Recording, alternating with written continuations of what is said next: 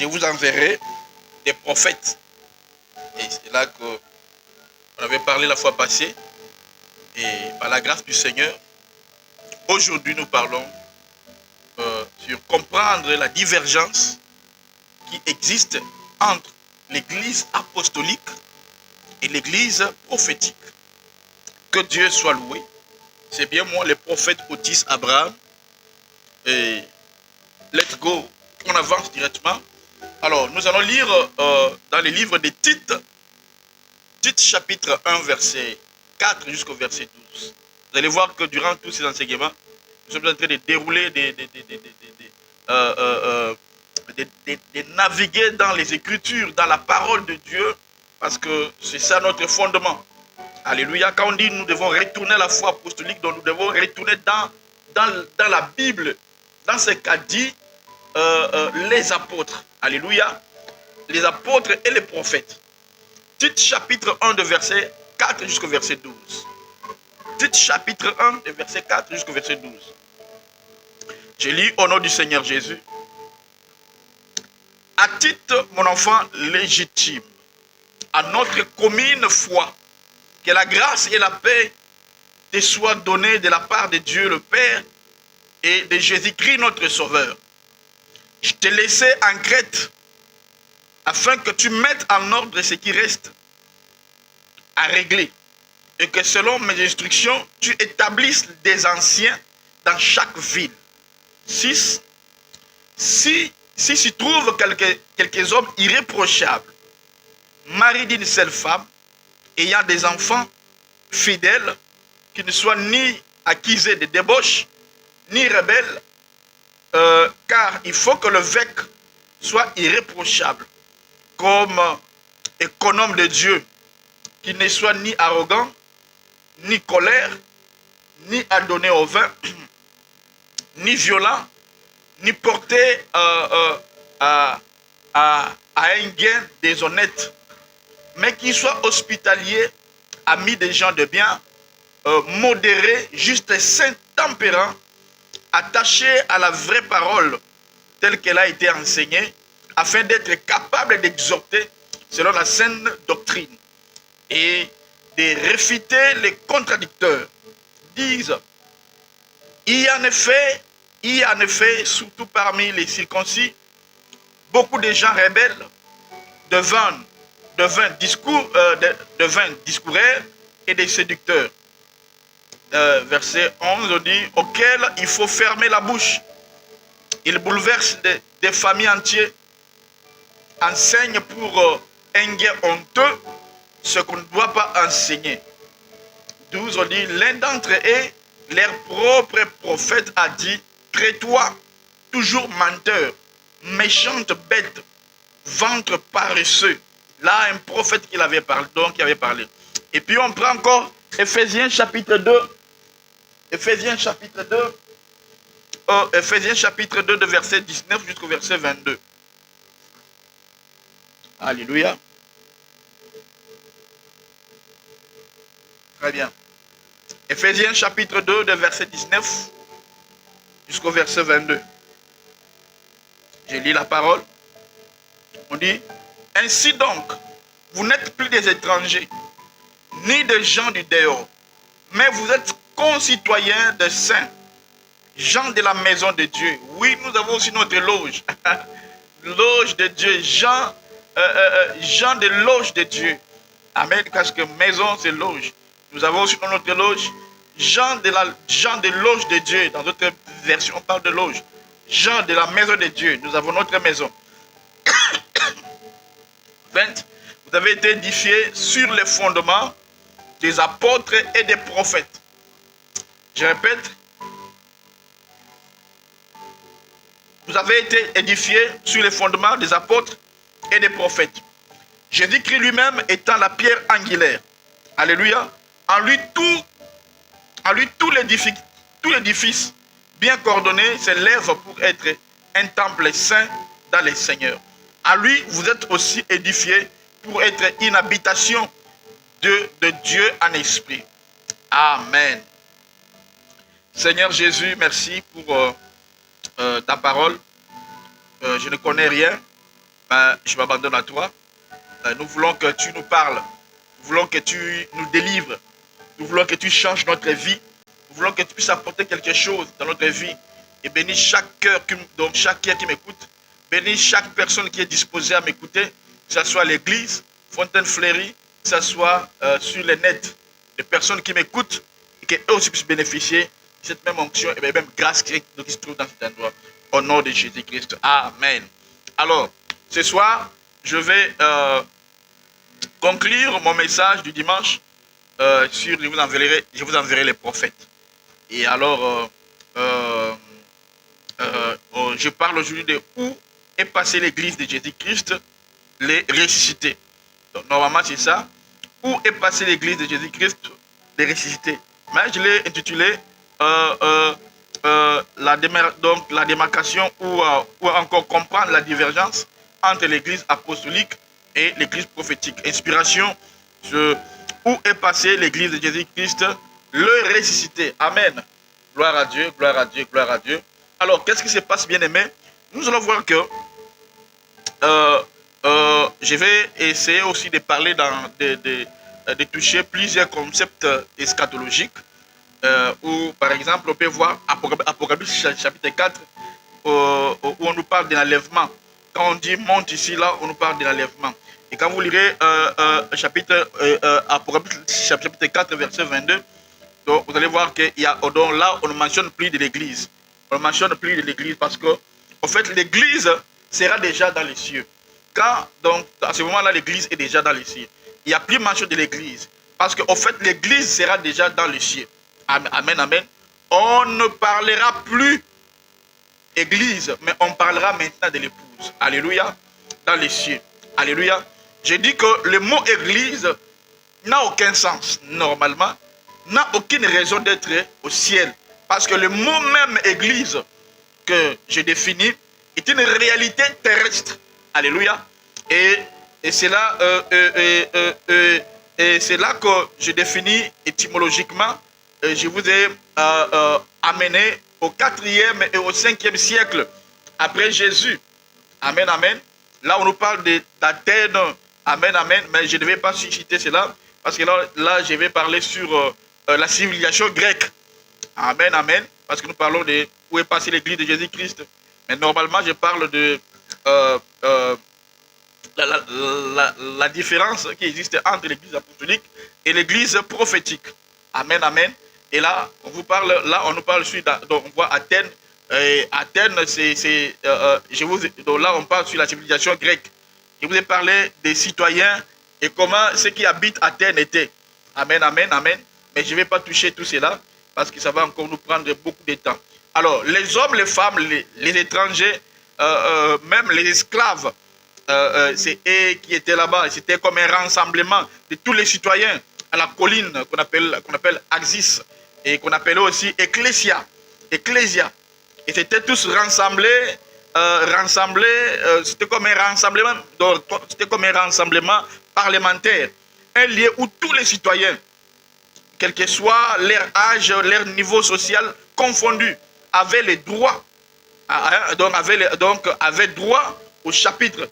Et donc chacun avait droit de se lever, de lever la main, chacun avait droit de voter, chacun avait droit de s'exprimer.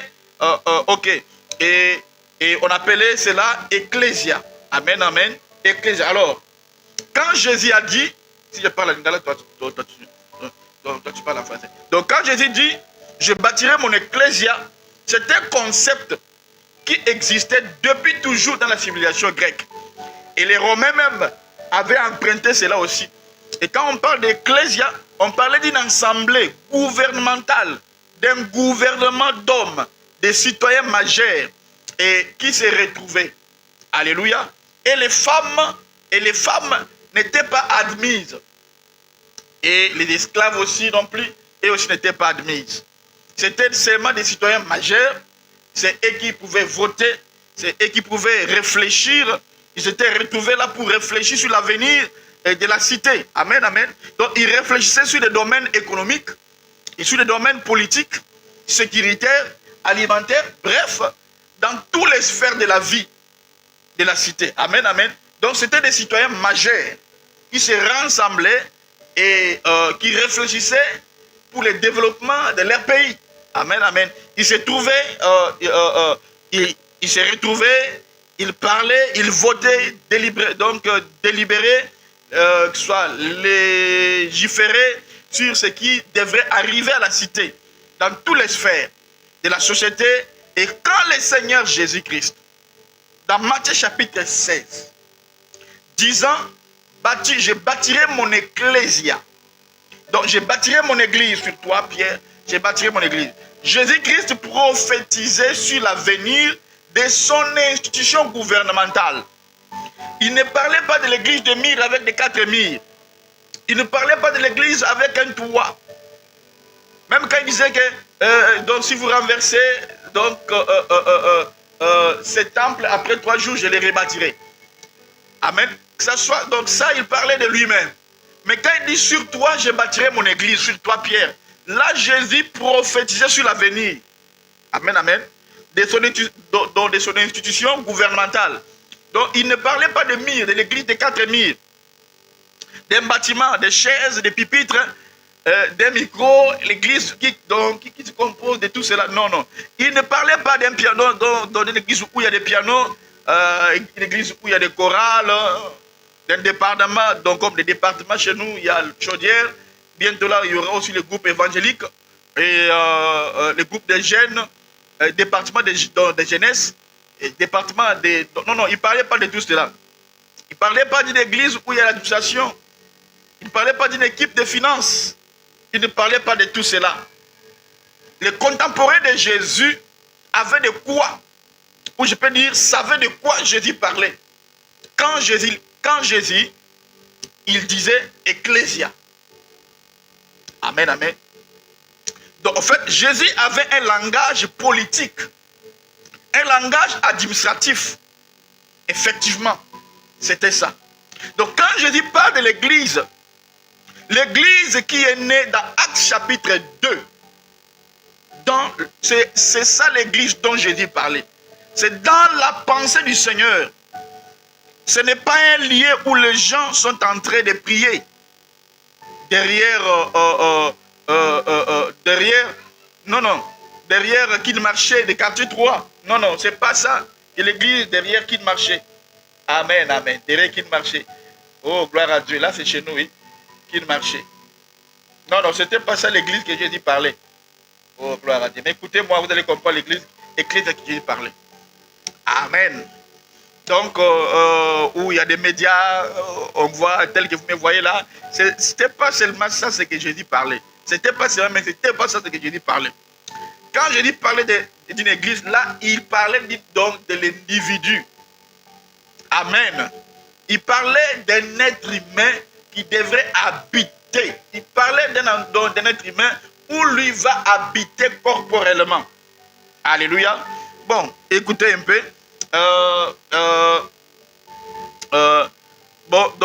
Non, Jésus pensait dans ce monde organisé. Jésus pensait dans ce monde organisé, dans nos villes urbaines, dans nos nations structurées, dans tout cela. Jésus pensait aussi sur la terre. Bien que Jésus il était Dieu, non, bien que Jésus est Dieu parce qu'il est toujours Dieu, il restera toujours Dieu. Mais Jésus avait aussi la pensée sur la terre. Il avait aussi la pensée sur les gens qui habitent sur la terre. Amen. Il avait la pensée aussi sur la terre au 6e siècle, à une institution qui n'allait pas être de bâtiment, mais qui allait être un temple de Dieu, en esprit. Voilà pourquoi Dieu avait dit à David, je n'habite pas dans des maisons faites de mains d'hommes. Alléluia. Et Jésus pensait à tout cela. Il pensait à un temple de Dieu en esprit qui allait être une administration invisible d'hommes et de femmes qui allait composer de ce qu'on appelle ecclésia. Alléluia. Qui allait être de toutes les races. Je suis un peu lent parce que j'aimerais un peu que vous puissiez comprendre.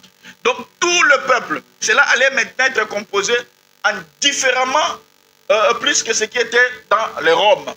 Parce que là-bas, on avait exclu, donc les femmes ne devaient pas entrer, dans cet assemblement, ni aussi les esclaves. Mais dans l'assemblée maintenant, dans l'ecclésia de Jésus, cela allait être pour toute la race, pour toutes les races, tous les peuples, toutes les langues. Donc, soit leur âge, ils font partie de l'ecclésia. Amen. Alors, je voudrais dire ici aux croyants, aux chrétiens, je voudrais dire aux chrétiens, alors, écoutez-moi très bien. Alors, faites sortir cette mentalité.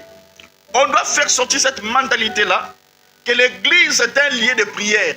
Non. Amen, amen. L'église n'est pas le lieu de prière. Amen. L'église dont Jésus parlait, c'est toi. Ce n'est pas les bâtiments qui se trouvent derrière qui ne marchaient donc, à Massina, donc qui ne marchaient des quartiers 3. Non, ce n'est pas ça. Donc, sortez cette mentalité-là, que l'église, c'est un lieu de rassemblement. L'église de Jésus est d'abord catholique. Elle est d'abord universelle. Elle est mystique. Elle est mystérieuse. L'église de Jésus est composée de tous les chrétiens du monde entier même, qui croient et qui professent Jésus-Christ comme leur Seigneur et Sauveur. Alléluia. Leur Seigneur et Sauveur personnel. Ils font partie du temple de Dieu. Ce sont des pierres vivantes. Ce sont des tabernacles vivantes. C'est ça l'église que Jésus-Christ parle. Il forme, avec cette église-là, forme une manière bien coordonnée l'habitation de Dieu en esprit. Alléluia. Et lorsque Paul le dit aux Éphésiens, Paul savait de quoi il s'agissait. Amen. Il savait de quoi il s'agissait. C'est parce qu'ils avaient le grand temple. Ils savaient que le grand temple de Diane, c'était aussi un temple. Mais c'est de là qu'on adorait Diane. C'était à Athènes. Il y avait plusieurs temples qui existaient déjà, dont on faisait référence à l'adoration de Diane. Alléluia. Il y avait des grands temples dédiés à Dieu. À Diane, le dieu de Diane. Il lisait bien Éphèse. Amen, amen. Et donc, il voyait les colonnes, il voyait les temples, il voyait les sacrifices. Et quand Paul parlait, il ne parlait pas à ce tabernacle-là, parce qu'il savait déjà qu'il y avait déjà plusieurs tabernacles, comme par exemple, il y a des tabernacles où on adorait Diane, qui est un dieu, mais qui était en Éphèse. Alléluia. Alléluia. Et je peux dire quoi? Quand il parlait de tous les Éphésiens. Amen. Et quand Paul parlait des citoyens de la maison de Dieu, voyez, là, il parle de notre loge. Nous sommes de la maison de Dieu. Nous sommes dans les loges de Dieu. Paul savait de quoi il parlait. Parce que tous les Éphésiens qui étaient dans le grec savaient de quoi Paul il parlait. Il savait aussi qu'on parlait des citoyens. Donc on parlait des citoyens. Alléluia. On parlait des citoyennetés. Alors quand Jésus parle maintenant du temple, Jésus savait de quoi il parlait. Il ne parlait pas du temple avec des 4000. Il s'agissait parce qu'ils avaient déjà un temple là-bas à Éphèse.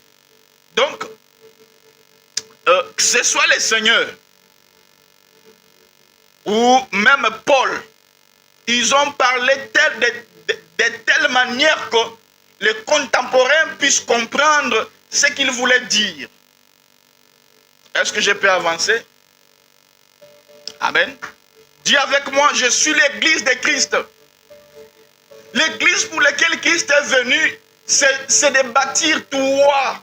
Que tu sois une église, un tabernacle où Jésus va habiter en esprit.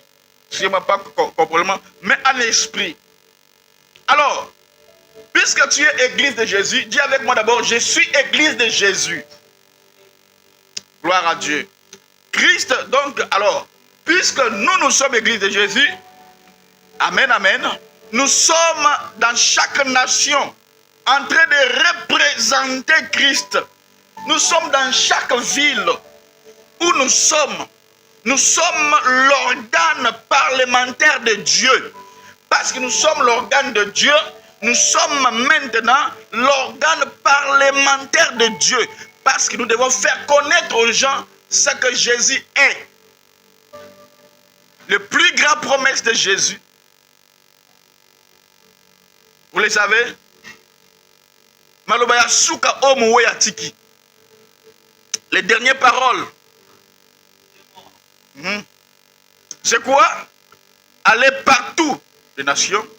Faites des gens mes disciples. C'est l'évangélisation.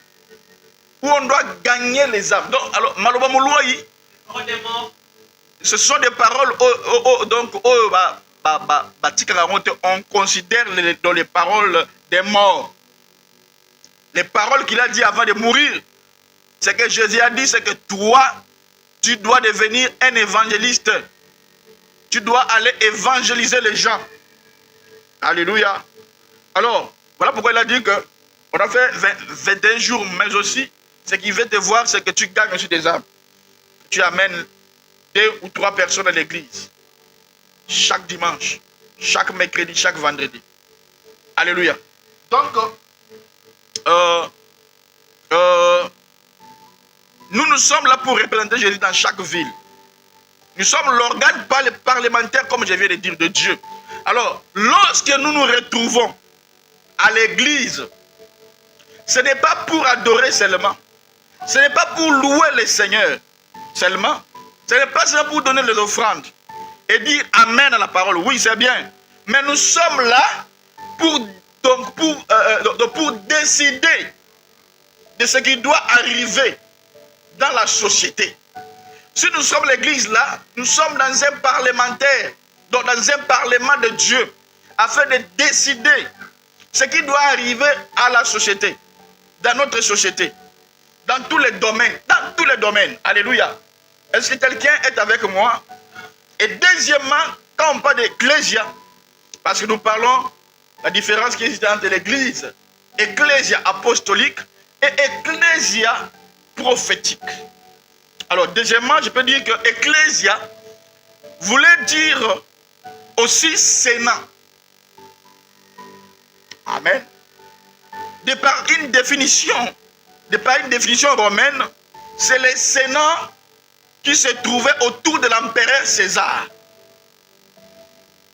Amen, amen. César, ce sont les Césars. César, ce sont les Césars. Donc, c'est une fonction, César, c'est une fonction, c'est un titre honorifique du chef suprême de l'empereur, de l'Empire romain. Comme au temps de Pharaon, en Égypte, les Hérodes chez les Juifs. Amen. C'est comme aussi au temps de Pharaon en Égypte et les Hérodes maintenant chez les Juifs. Je ne sais pas si vous me comprenez. Au temps de Pharaon en Égypte, c'était donc on appelait des pharaons. Maintenant, on appelle maintenant les Hérodes chez les Juifs. Alors, à l'époque, il y avait plusieurs types, plusieurs Hérodes. L'Hérode de l'époque de Jésus n'est pas l'Hérode de l'époque de l'Acte chapitre 12. Celui qui a tué notre Seigneur par l'intervention du gouvernement, d'un ange. Vous voyez? Donc, celui qui a été tué par le Seigneur Jésus-Christ, il a été tué. Alléluia, parce qu'il blaguait avec les seigneurs, avec les disciples de Jésus. Alors il était mort sur les champs. Il pourrissait là-bas. Donc, les Césars avaient des sénats autour d'eux. Des hommes très intelligents. C'est un peu l'histoire biblique. Hein. Là, je suis un peu dans l'histoire biblique. C'est pour te faire comprendre la divergence qui existe entre l'église apostolique et l'église prophétique. Alléluia. L'église des prophètes. Amen, amen. Donc, les Césars avaient des sénats, comme je dis. Alléluia. Et donc, c'était des personnes intelligentes et qui coulaient cela. Donc, qui écoutaient la sagesse de l'empereur et qui coulaient cela en forme de loi et qui veillaient à leur application dans la société. Gloire à Dieu. Donc, nous sommes des sénats. Je suis un sénateur. Nous sommes des sénats. Nous sommes là pour décider pour ce qui va arriver dans notre nation. Voilà pourquoi le pouvoir est dans la bouche quand nous déclarons des paroles. Et c'est ça qui fera que notre nation puisse être bénie. Alléluia. Et quand vous allez au Parlement, par exemple chez nous ici au Congo, chez nous ici c'est des palais du peuple. Quand on parle des chambres basses, on parle des députés. Écoutez-moi, je vous parle maintenant de ce qu'on appelle l'église, les fondements là. Alléluia. Donc chez nous, quand on parle, donc quand vous allez dans les parlements, donc c'est dans le palais du peuple. Et quand on parle des chambres basses, on parle des députés. Et quand on parle des chambres hautes, là on parle des sénateurs. Voilà pourquoi je dis autour des Hérodes, il y avait des sénateurs. Amen. Amen. Et chez nous aussi, quand vous voyez, quand donc, le Parlement, donc quand on parle des chambres basses, on parle des députés. Quand on parle des chambres hautes, là, on parle des sénateurs. Alléluia. Et l'église est née où?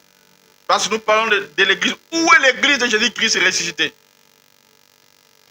Où est l'église de Jésus-Christ ressuscité? Et l'église est née où? Je dis, chez nous ici, quand on parle de parlement, il y a deux chambres. Il y a la chambre basse qui est composée de députés. Il y a aussi la chambre haute qui est composée de sénateurs.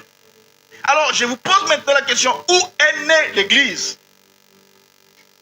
Bien évidemment, l'église est née dans la chambre haute. Parce que dans la chambre haute, c'est là où il y a des sénateurs. Il y a des gens qui peuvent décider. Qui peuvent décider comment on peut changer le monde. Alléluia. Comment on peut changer les situations. Comment on peut changer la terre. Comment on peut changer le taux des dollars. Comment on peut changer les choses, des circonstances. Comment on peut changer la maladie à la guérison. Alléluia. Dans la chambre haute, il y avait 120 sénateurs qui étaient là les jours où l'église de Jésus est née. L'église de Jésus est née où? Dans la chambre haute. Par de parler en langue. Quand les gens parlaient en langue, c'est de là que c'était la naissance de l'église de Jésus-Christ. Avant même que Pierre puisse prêcher, la naissance était par les parler en langue. Que personne n'est intimide, bien-aimé. Quel que soit son poste de la société, dans la société. Il s'appelle député, sénateur, ministre, ambassadeur, président. Qui qu'il se soit, tu dois marcher la tête haute, la poitrine bombée, les dos redressés, parce que tu es un sénateur. Donc, tu peux créer des choses parce que tu es un sénateur. Tu peux créer même des lois que Dieu va adopter pour changer la situation de ce monde. Changer les circonstances qui se passent dans ta vie. Tu n'es pas n'importe qui. Personne ne peut te faire peur. Nous devons marcher la tête haute. Le dos bombé. Alléluia. Parce que nous sommes des sénateurs. Alléluia. Oh, gloire à Dieu, gloire à Dieu, gloire à Dieu. Et dans la chambre haute, il y avait 120 sénateurs qui étaient là les jours où l'église de Jésus est née. Amen, amen. Oh, gloire à Dieu. Gloire à Dieu, gloire à Dieu, gloire à Dieu. Tu es aussi un ambassadeur. Dans 2 Corinthiens chapitre 5, verset 14 jusqu'au verset 20, on dit, tu es ministre de la réconciliation selon 2 Corinthiens chapitre 5 au verset 18 jusqu'à verset 20. Tu es un ambassadeur de Christ. Oui, je suis un représentant de Dieu sur la terre. Waouh, c'est que je ne suis pas n'importe qui. Mon frère, ma soeur, tu n'es pas n'importe qui, bien-aimé. Gloire à Dieu. Alléluia. L'église, ecclésia, tu n'es pas n'importe qui. Tu es l'habitation de Dieu. Tu es l'emballage de Dieu. Alors que nous sommes au 21e siècle. À l'époque du coronavirus, toutes les institutions se regroupaient.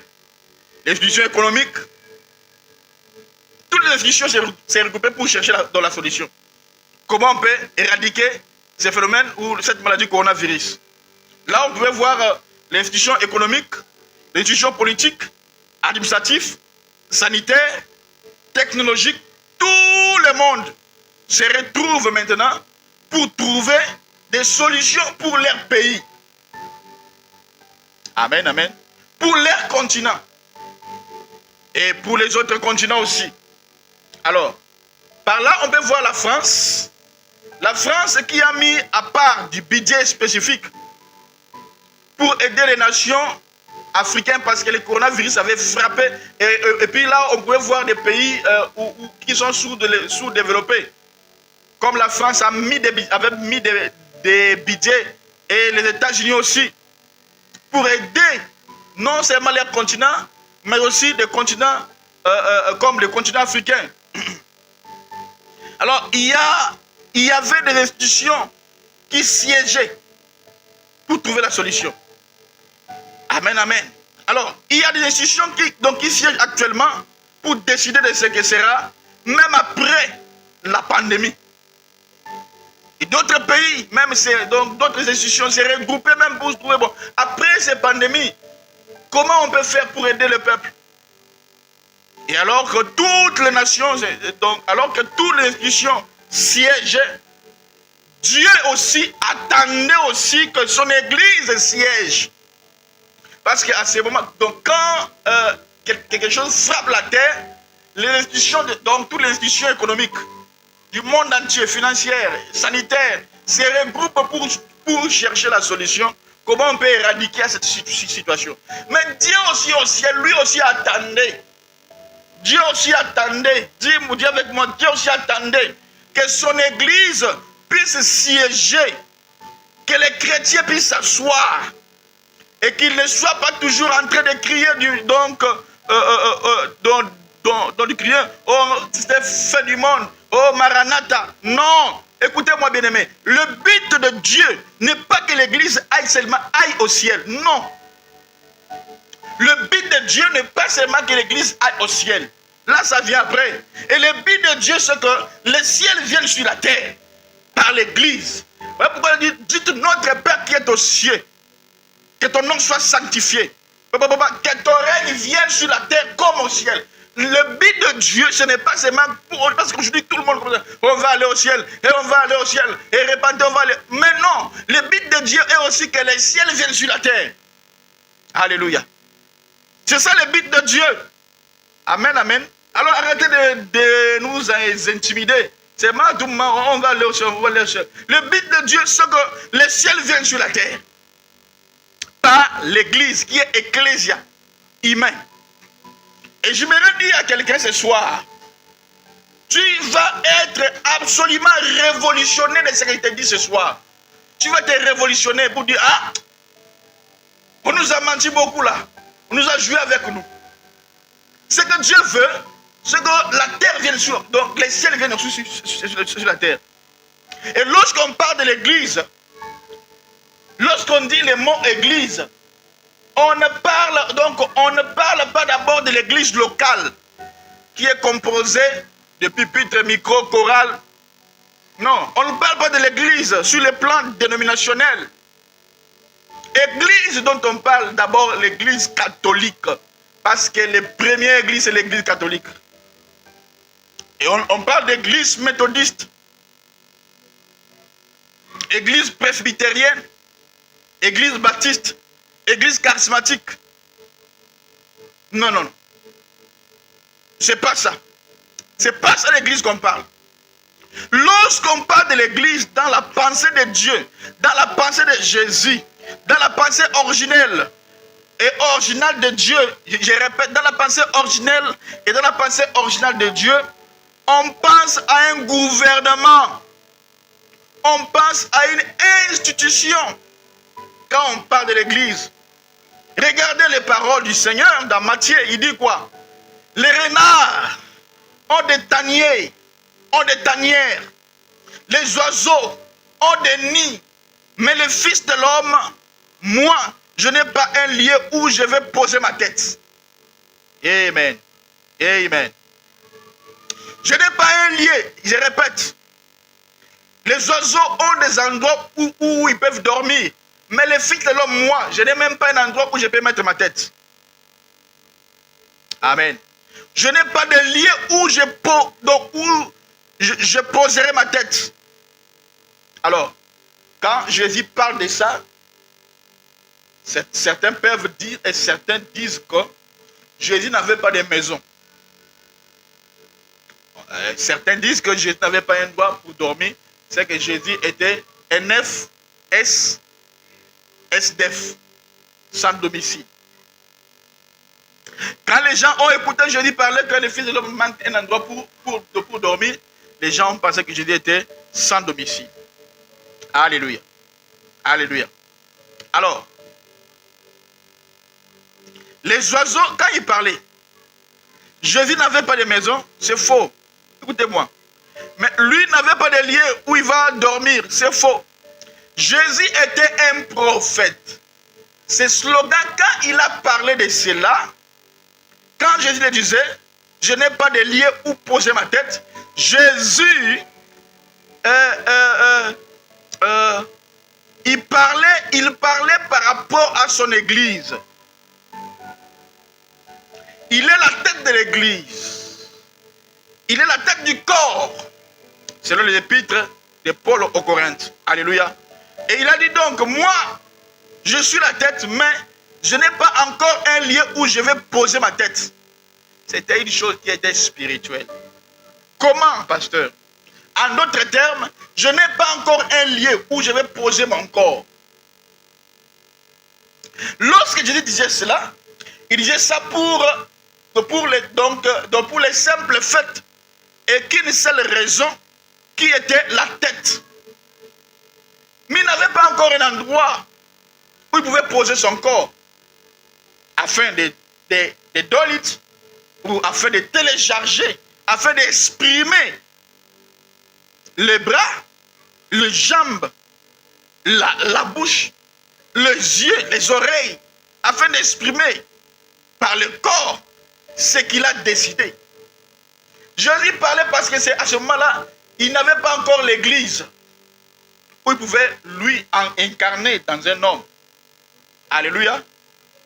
Il savait qu'il n'y avait pas donc la bouche pour parler, les yeux pour voir.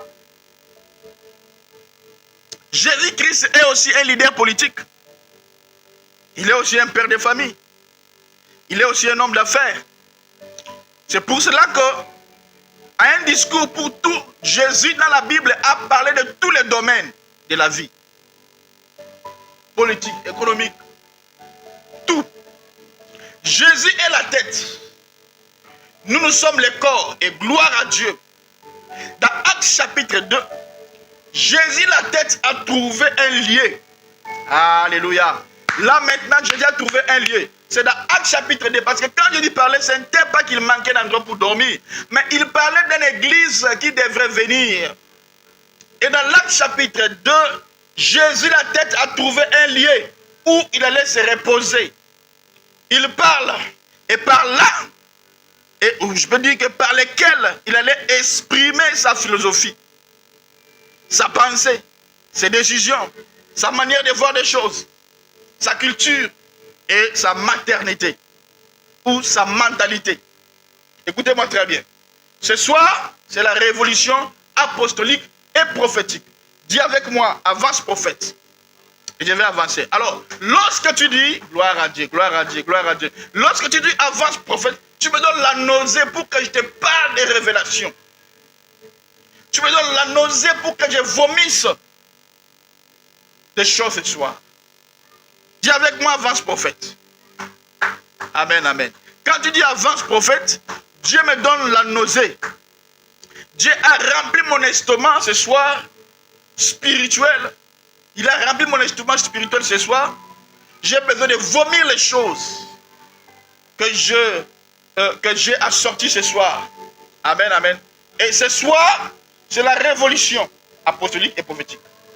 Je vais conclure donc avec mon introduction, parce que je suis encore d'introduction, en disant que l'église de Jésus-Christ n'est ni pentecôtiste, ni charismatique, ni évangélique, ni message de Branham, ni méthodiste, ni luthérienne, ni baptiste, ni soliste, aucun sais-je encore. L'église de Jésus-Christ, dans la Bible, est avant tout une église apostolique et prophétique. Alléluia. Alors, des raisons pour appuyer ce que je suis en train de dire.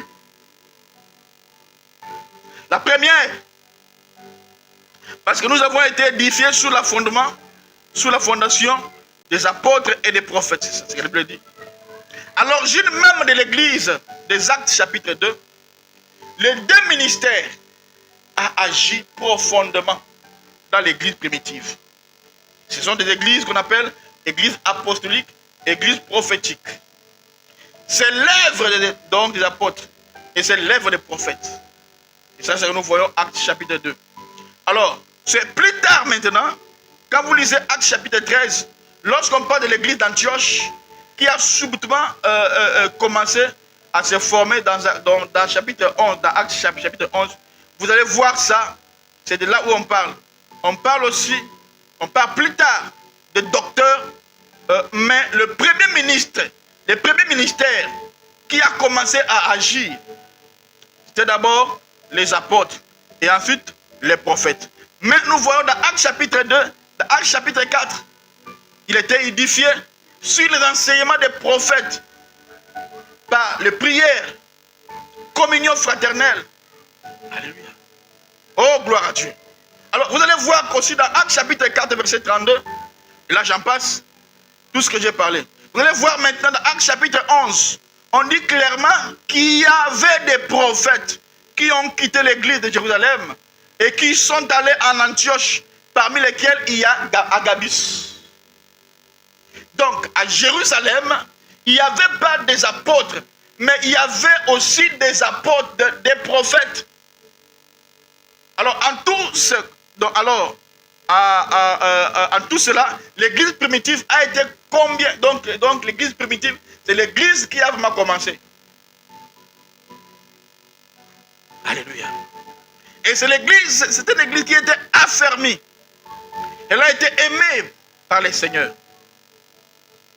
Et l'église est devenue le premier centre missionnaire, malgré la persécution, de libérer plusieurs pour aller impacter maintenant le monde de Jérusalem.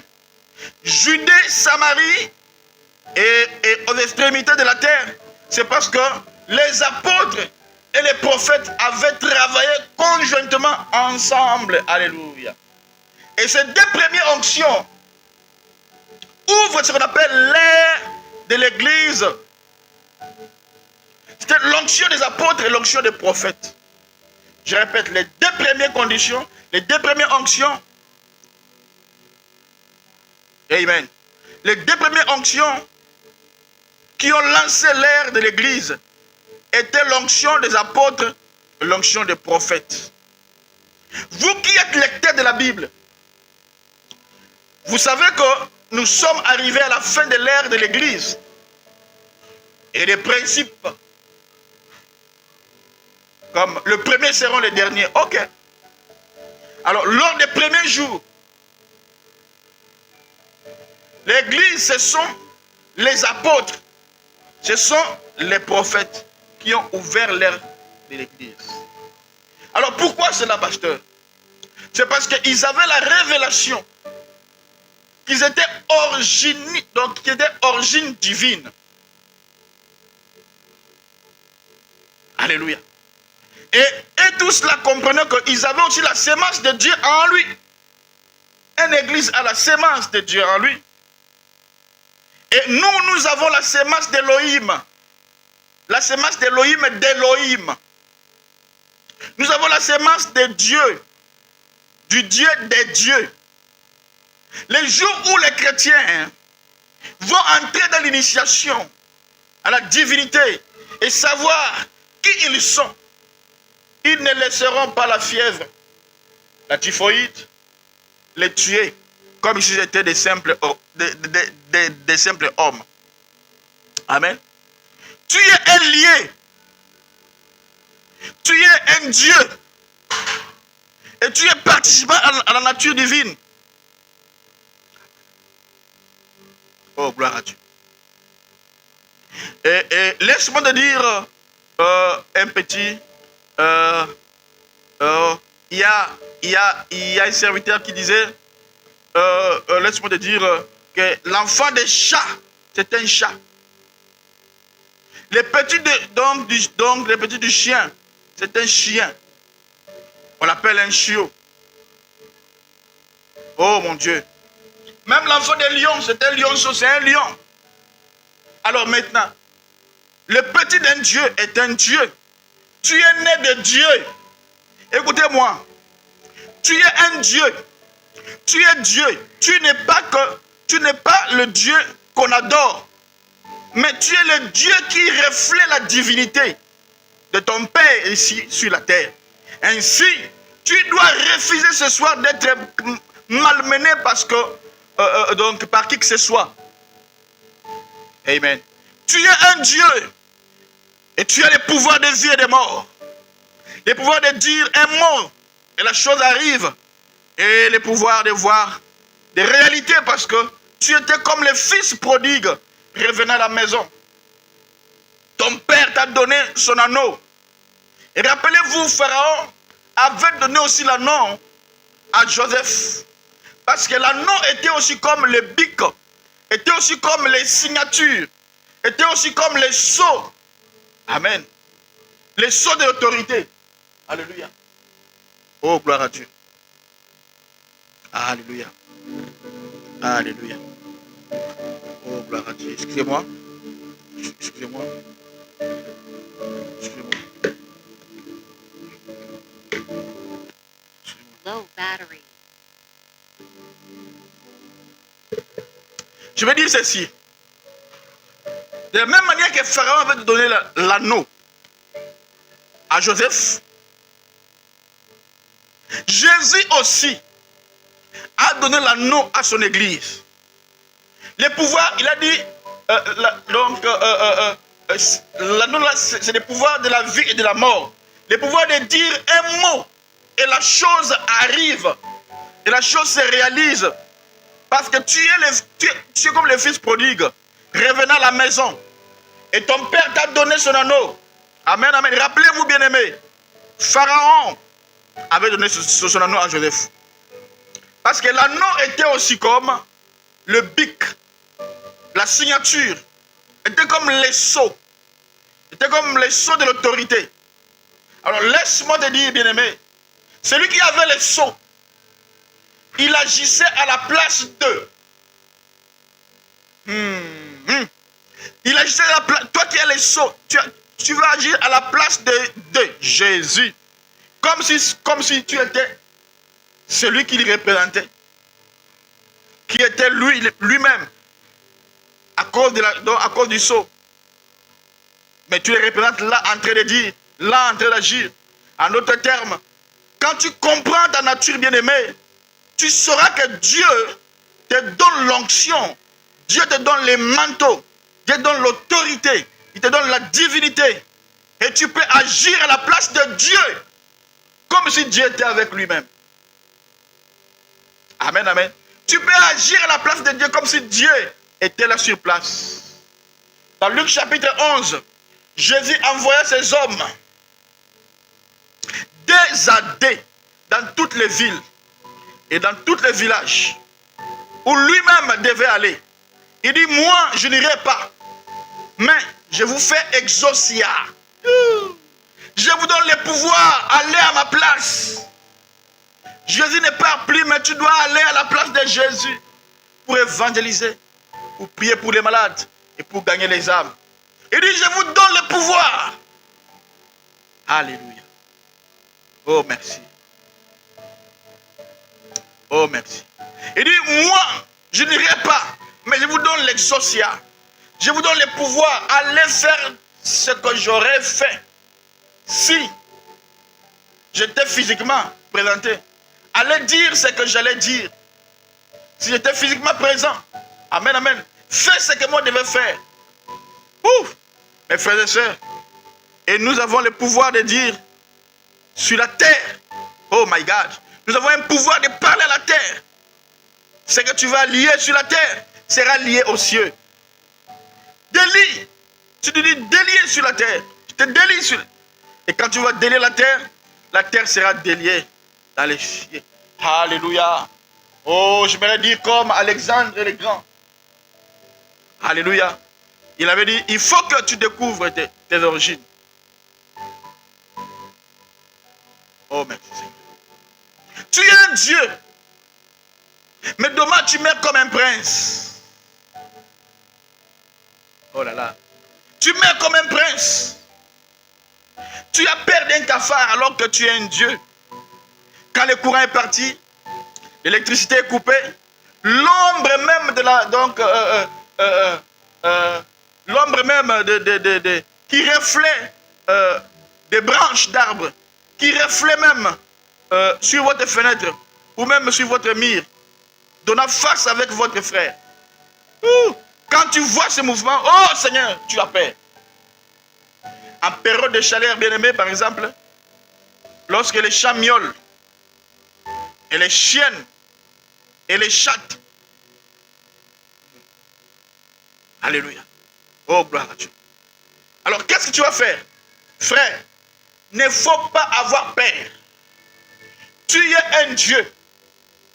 J'ai beaucoup aimé l'exemple que nous avons donné autrefois, quand on est converti.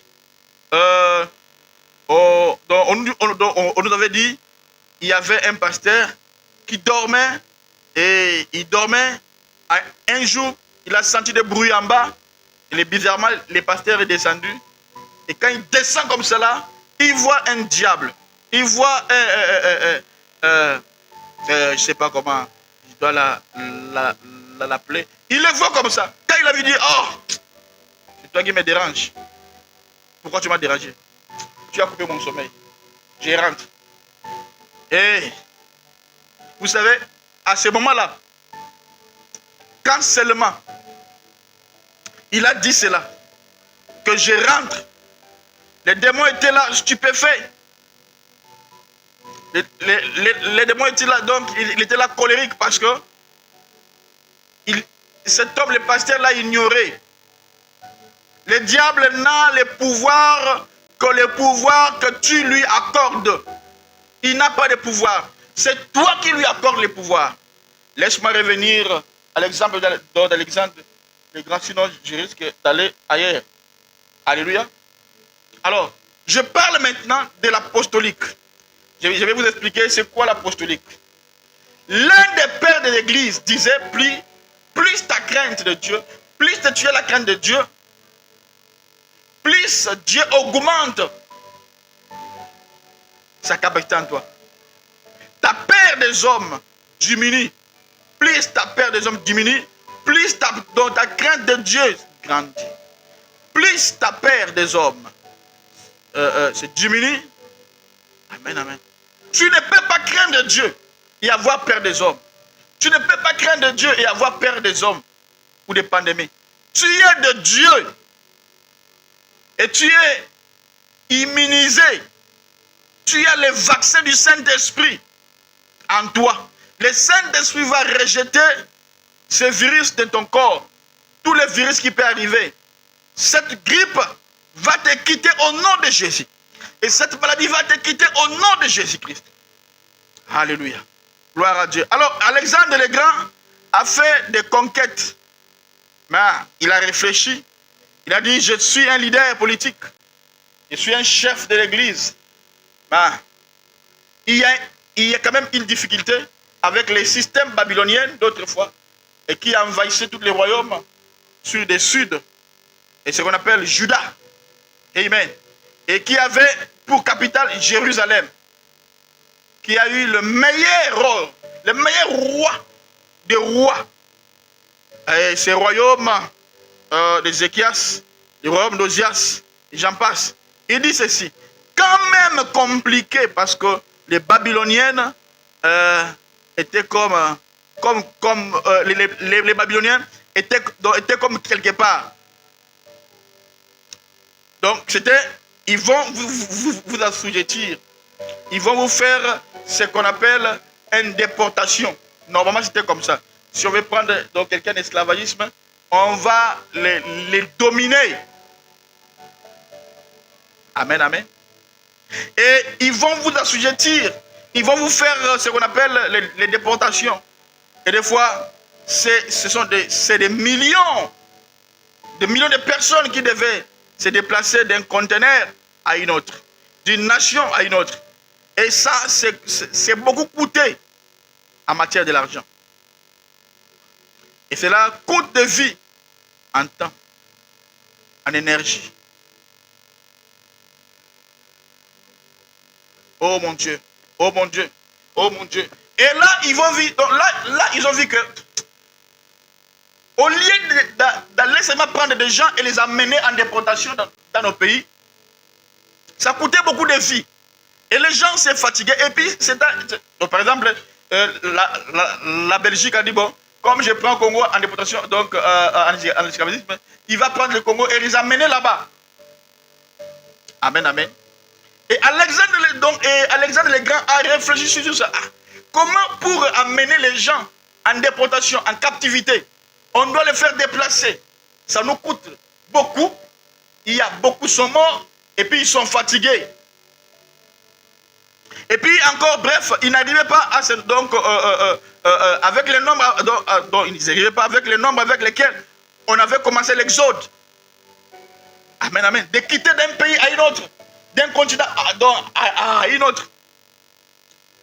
Alors, Alexandre a dit, qu'est-ce qu'on peut faire maintenant, au lieu d'aller conquérir des pays et les amener dans nos continents, à un autre territoire, prendre ces peuples, les amener, d'abord nous cotisons, d'abord là, nous dépensons beaucoup et beaucoup sont morts.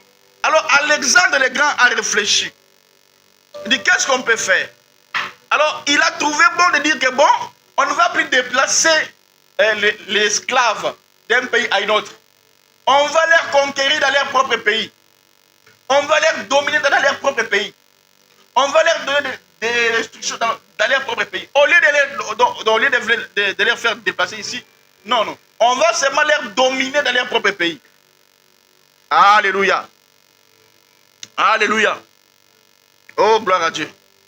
Il dit, on va prendre la majeure partie de la population. Partir avec eux, afin qu'ils soient assujettis.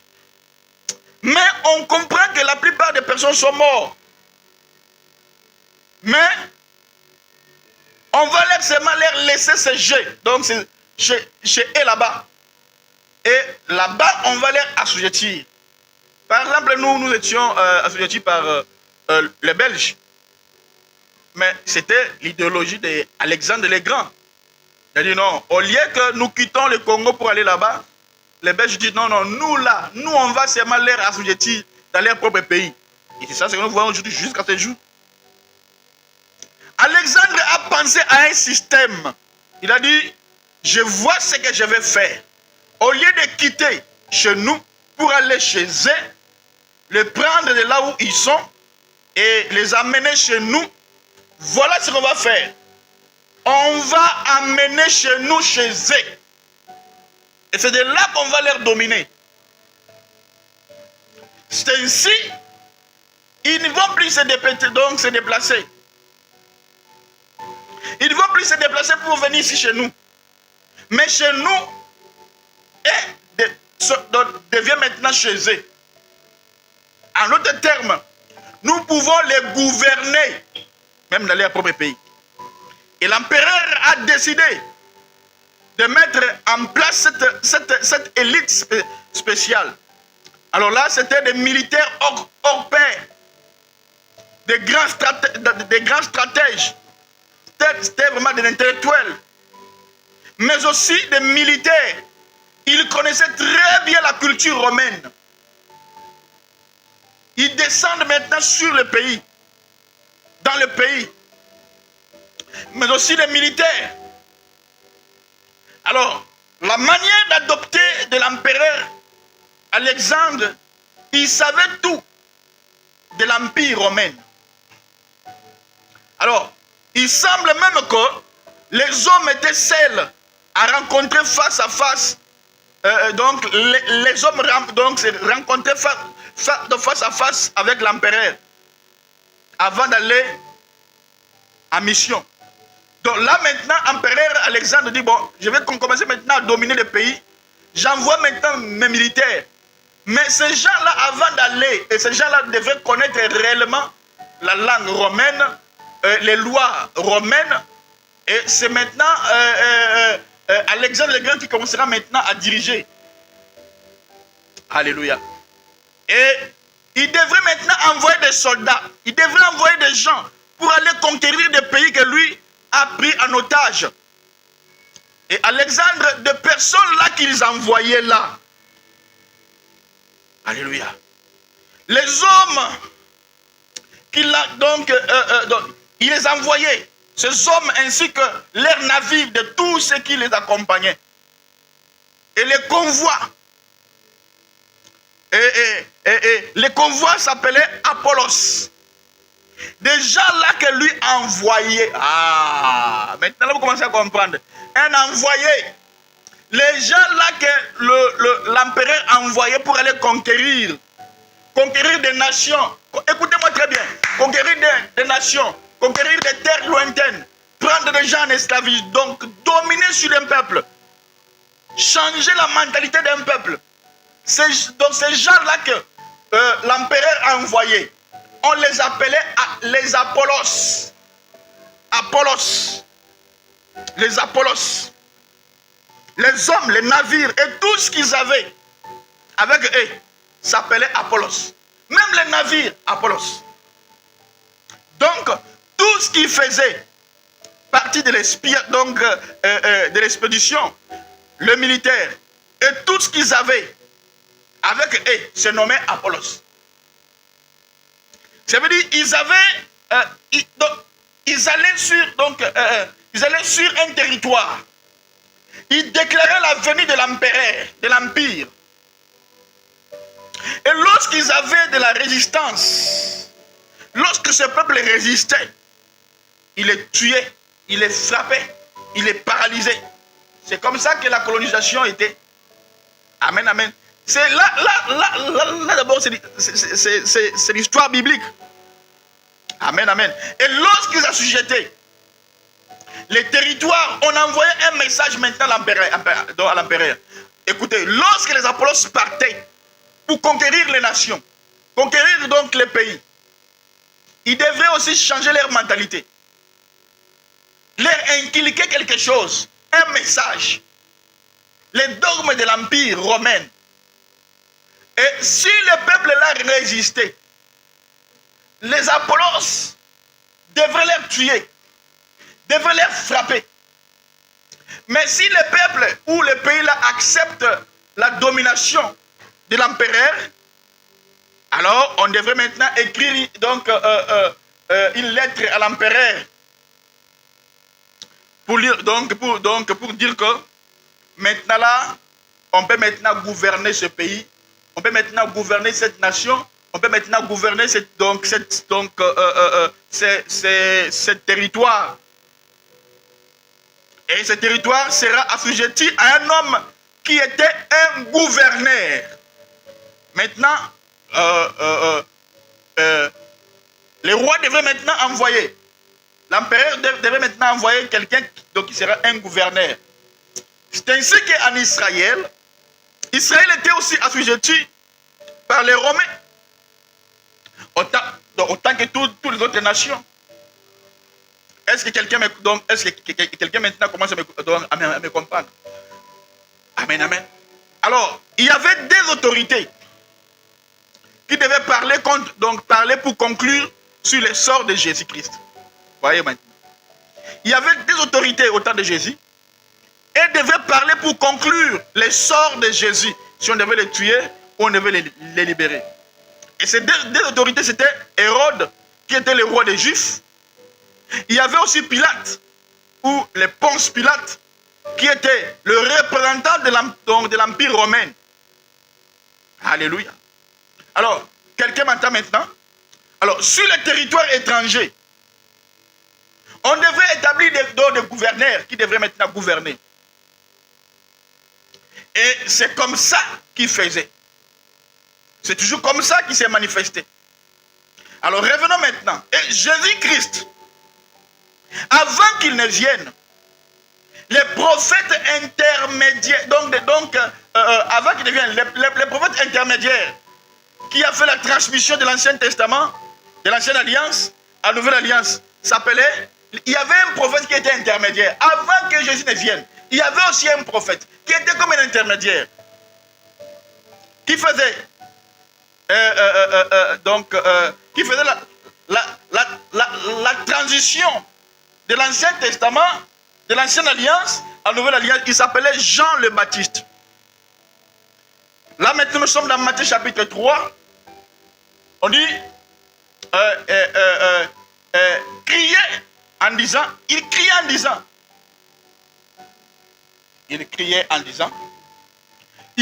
disant, répentez-vous. Répentez-vous, parce que le royaume des cieux est là, et est arrivé, et est proche. Écoutez-moi bien aimé. Et ce même concept que ce que faisaient certains présentateurs dans les anciens royaumes.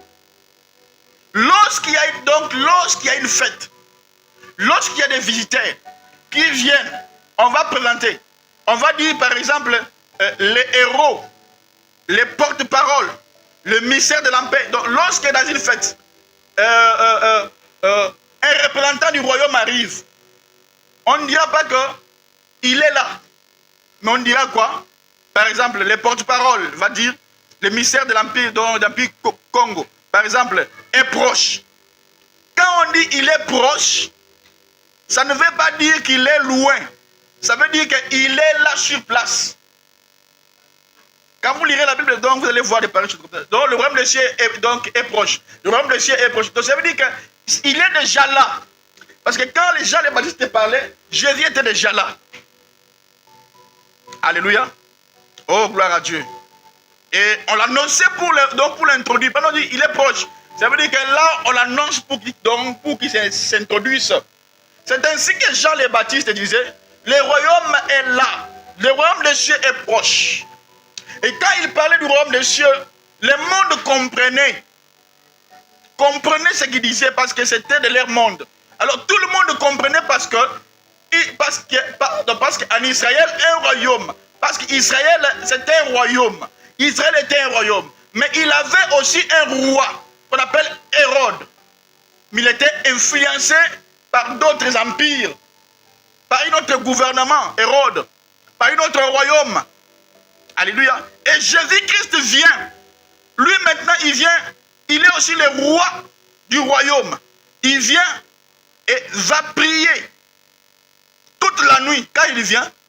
Et il se réveille le matin. Il dit maintenant moi aussi, je vais manifester mon royaume sur la terre. Il dit je vais manifester mon royaume. Alors que là, il y avait d'autres royaumes. Donc il vient dans un autre royaume. Il dit que moi je suis le roi des rois. Et je vais manifester mon royaume sur la terre. Il se réveille, il commence à prier. Il a prié toute la nuit. Le matin, il dit je vais manifester mon royaume. Et les premières personnes que Jésus-Christ a choisies, il a choisi qui? Il choisit non pas les prêtres, non pas les docteurs, mais il a choisi les apostolos. Des personnes qui vont aller pour conquérir aussi notre royaume. Je ne sais pas si vous me comprenez. Suivez bien l'histoire, comment j'ai dit. Alexandre, pour aller conquérir des nations, il a envoyé des navires. Il a envoyé des personnes, des soldats. Et tous les convois là, on les appelait les apostolos. Ce sont des personnes qui vont aller conquérir des nations, changer les mentalités des gens et faire laver leur cerveau en leur faisant entrer une autre doctrine. Et quand Jésus est venu, il a d'abord aussi commencé à choisir les apostolos. À l'instar d'Alexandre le Grand, Alléluia. Qui établissait aussi des hommes qui allaient aussi amener l'empire sur notre territoire. Ça veut dire que Jésus, quand il va amener son royaume dans notre territoire, il envoie aussi les apostolos. Jésus les a pris, il les a établis. Jésus, il a établi une équipe apostolique. Voilà pourquoi il est écrit, il a donné premièrement à l'église des apôtres. Le ministère apostolique n'est pas un ministère à blaguer avec. Et Jésus a dit, allez, arrivez sur un territoire, prêchez la bonne nouvelle. Lorsque maintenant, pour l'empereur, donc tous les empereurs et les rois de l'époque, si maintenant les apôtres viennent pour vous conquérir et que vous refusez, maintenant là, les apôtres vont commencer maintenant à tuer les gens. Maintenant, Jésus aussi, quand il a envoyé les apôtres, qu'on appelle les apôtres, il leur a dit, vous aussi, allez par tout le monde, faites déjà mes disciples. Allez conquérir le monde. C'est ça, c'est que toi tu dois te faire.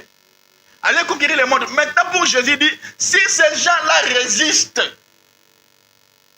pour la différence qui existe entre le roi des rois Jésus, le Messie, et d'autres empereurs, et maintenant, si les gens résistaient, les apôtres vont les tuer. Mais Jésus a dit, si ces gens-là résistent, chassez maintenant les démons. Guérissez les malades. Résistez les morts. Et dites-leur, le royaume des cieux est venu vers vous. Alléluia. Il y avait une grande différence entre le royaume de Jésus et le royaume des empereurs. Amen, amen. Pour Jésus, il devait démontrer la puissance. Il a dit, s'il résiste, chassez les démons, guérissez les malades. Vous avez reçu gratuitement, donnez aussi gratuitement. Alléluia. Là où tu as dit, gloire à Dieu. Gloire à Dieu. C'est ça la différence entre notre royaume et le royaume que nous voyons. C'était quoi, bien-aimé? C'était le travail des apostolos. Le travail des apôtres. Amen. C'était quoi le travail des apôtres? C'était quoi le travail des apôtres? Ce n'est pas de porter les gens. Ce n'était pas de tuer les gens. Non. Mais c'était d'amener l'empire sur ce territoire. En faisant quoi? Ça veut dire quoi? D'amener l'empire des royaumes célestes. Nous sommes les ambassadeurs. D'amener donc les lois de Dieu sur un autre territoire. En faisant quoi? En colonisant la population. Bien-aimé, si tu ne fais pas l'évangélisation, tu risques d'aller en enfer. Nous devons évangéliser, nous devons coloniser le peuple. Les païens les amener dans notre royaume. Alléluia. Voilà pourquoi il dit, nous sommes les gens de la maison de Dieu. Amen, amen. Le travail des apôtres. Alléluia.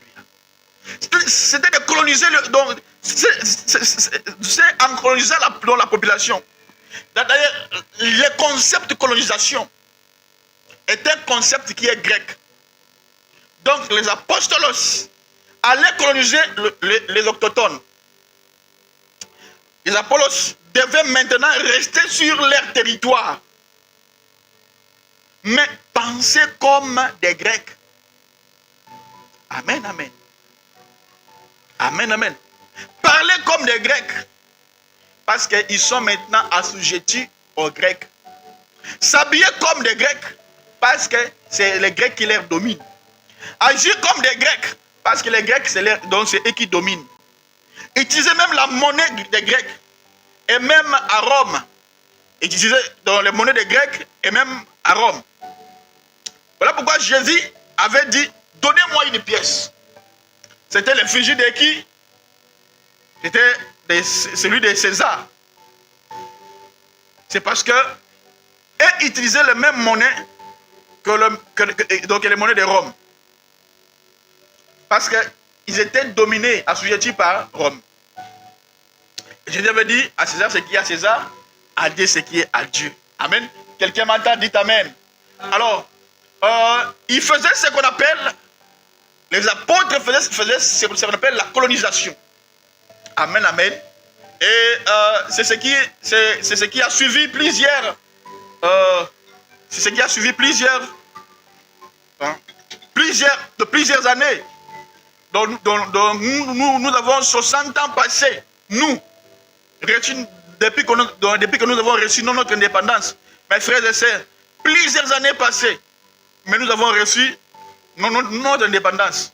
Et aujourd'hui, avec le travail de la colonisation, je parle français. Ils ont laissé des traces à nous, bien que nous sommes déjà colonisés. Donc, 60 ans. 60 combien? Donc, c'est déjà... donc, depuis 1960 que nous avons été indépendants, donc que nous avons reçu notre indépendance. Mais quand même, malgré tout cela, je parle français. Ça veut dire quoi? Combien? Donc, il y a déjà 65 ans déjà aujourd'hui. Mais quand même, il y a des mentalités des Belges qui sont restées à nous. Je m'habille comme un Belge. Nous habillons comme des Belges. Et je peux et puis, je peux me tenir. Et j'ai une éducation. Je suis congolais, mais ma manière de penser, de parler et d'agir, donc on a changé ça par une autre culture qui est la culture belge. Amen, amen. On a changé ta culture. On te laisse sous ton pays. Mais on change ta culture. On change ta mentalité. Tu commences à penser comme eux. Tu commences à penser comme ces gens de l'Empire. Parce que c'est les apôtres qui ont travaillé. Donc, les apôtres étaient des colonisateurs. Ils amenaient l'Empire aux mains partout. Ils allaient partout pour coloniser des peuples. Et leur changer de mentalité. C'est ainsi, mes frères et sœurs, que quand Jésus enseigne la prière de notre Père, c'est une prière qu'il enseigne aux apôtres. Il n'enseignait pas ça à tout le monde comme nous parlons de notre Père. Jésus l'enseignait aux apôtres. Ils ont dit dans Luc chapitre 11, enseigne-nous à prier comme Jean a enseigné à ses disciples. Et Jésus, lorsqu'il a dit, lorsque vous priez, voici comment vous allez dire, notre Père qui est aux cieux, adressez-vous à votre empereur qui est aux cieux. Que ton règne vienne. Que ton nom soit sanctifié. Que ton règne vienne. Que ton royaume vienne sur la terre. Et que ta volonté se fasse sur la terre comme au ciel. Comme elle est faite au ciel. Bien aimé, aujourd'hui, encore mes frères et sœurs, Dieu envoie l'église sur la terre, dans les nations. Dieu envoie aussi l'église dans les nations. Pour que le ciel puisse envahir la terre au travers de l'église. Oh, l'église est comme partout. Oh, partout, l'église. Oui, c'est Dieu qui envoie pour conquérir la terre, pour conquérir les nations, pour que les nations aussi soient envahies par son royaume. Mon frère bien-aimé, mes frères et sœurs, le royaume n'est pas un territoire. Le royaume est une culture. Le royaume est une mentalité. Le royaume est une manière d'agir, même de parler. Jésus a dit, le royaume ne consiste pas seulement en paroles. Non. Alléluia. D'ailleurs, non, c'est pas juste, c'est Paul qui l'avait dit. Amen, amen. Alléluia. C'est pas seulement dans les manger et les boire. Donc, ça n'a rien à voir avec une manière de vivre. Mais c'est la justice et la paix, la joie. Alléluia. Ce sont des vertus, des valeurs, de culture, une nouvelle manière de vivre. Aïe, là, c'est nous qui devons les faire introduire aux païens, changer leur mentalité, donner leur une autre mentalité, une autre façon de voir des choses, une autre façon de voir le royaume céleste qui est descendu sur la terre.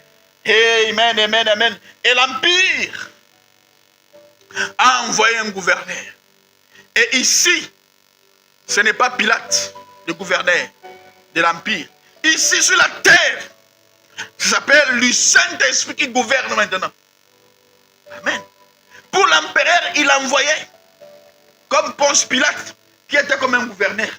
Mais ici, maintenant, sur la terre, Dieu aussi a envoyé un gouverneur qui doit gouverner la terre, qui doit gouverner le monde. Il s'appelle le Saint-Esprit. Parce que c'est de lui que représente corporellement dans le royaume. Et tu ne peux pas être donc du royaume et être un paresseux. Quand tu es dans le royaume de Dieu, c'est le Saint-Esprit qui va influencer maintenant le courage en toi. Amen, amen. Alors quand Dieu envoie les apôtres ou l'église apostolique, c'est pour amener les valeurs de notre royaume, le royaume de Elohim, au travail. Amen. En famille, dans les éducations dans les enfants. Regarde aujourd'hui comment les dessins animés, comment abîment nos enfants. Alléluia.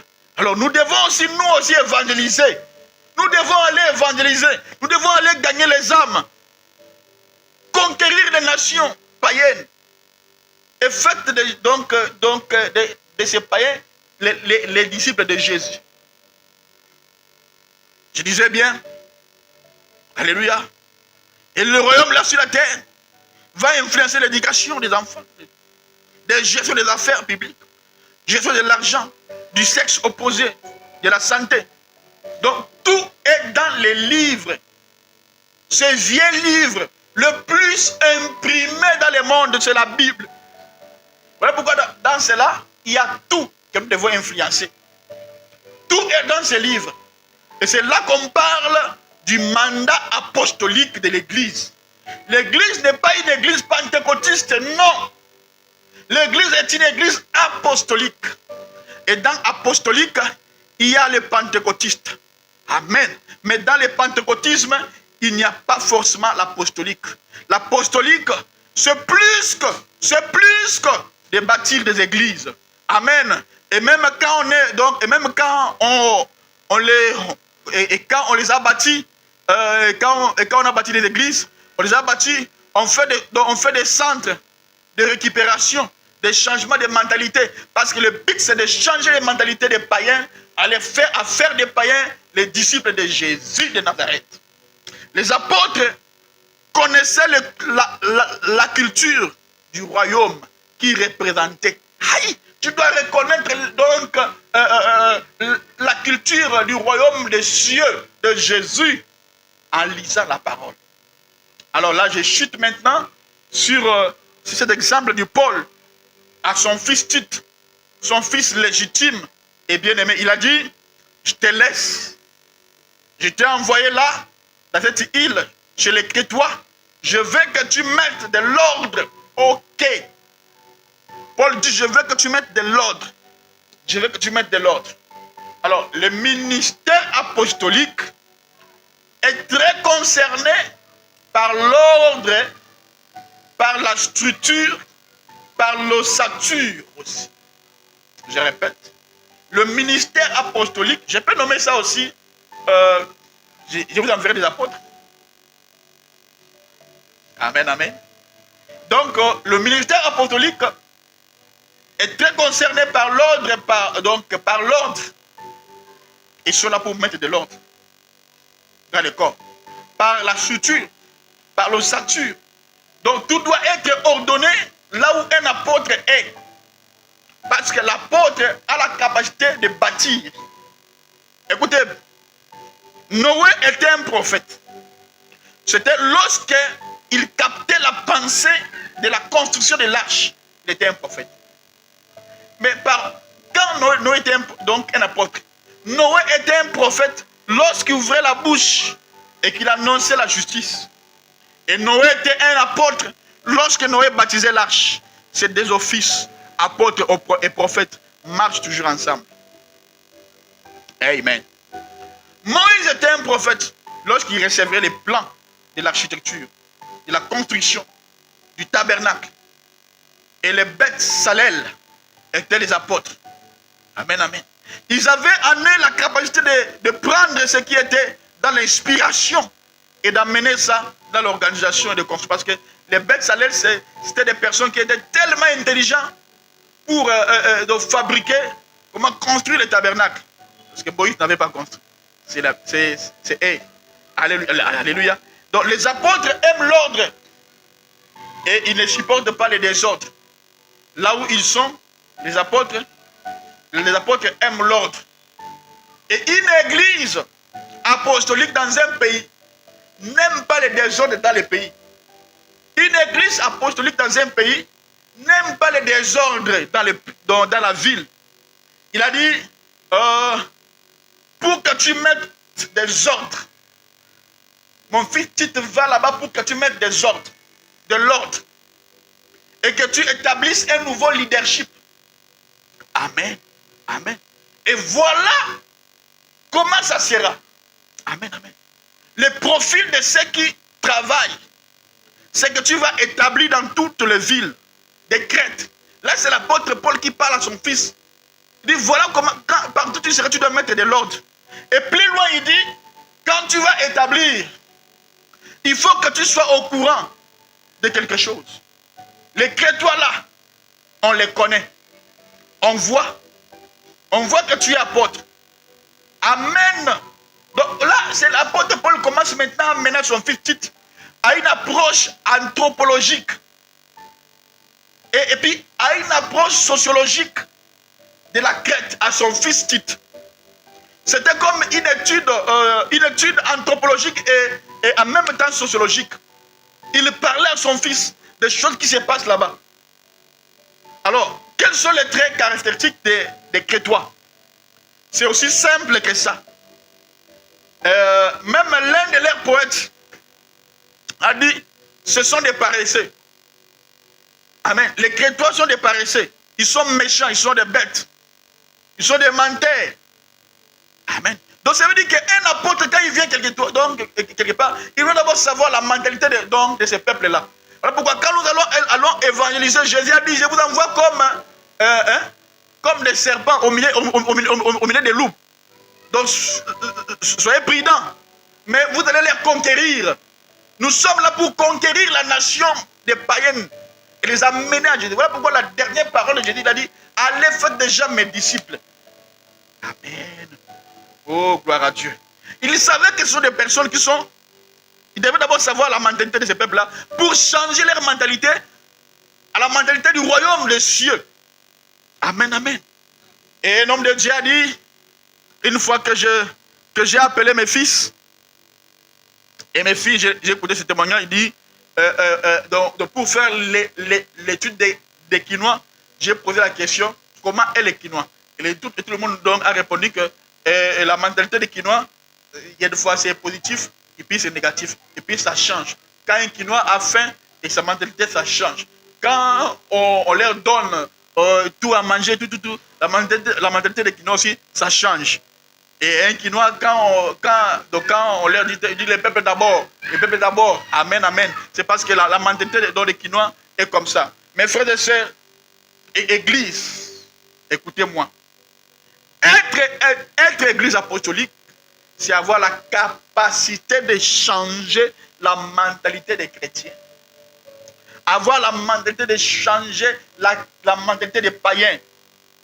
De changer la mentalité donc des enfants de Dieu. De connaître la mentalité de votre nation. Et de viser avec le message. Et des stratégies, des programmes, des stratégies, comment toucher les cœurs, des mentalités mais qui est obsolète, diabolique, qui sont démoniaques, et puis injecter notre royaume dans ce peuple. Voilà, je suis à la fin. Que Dieu vous bénisse. Que Dieu vous bénisse.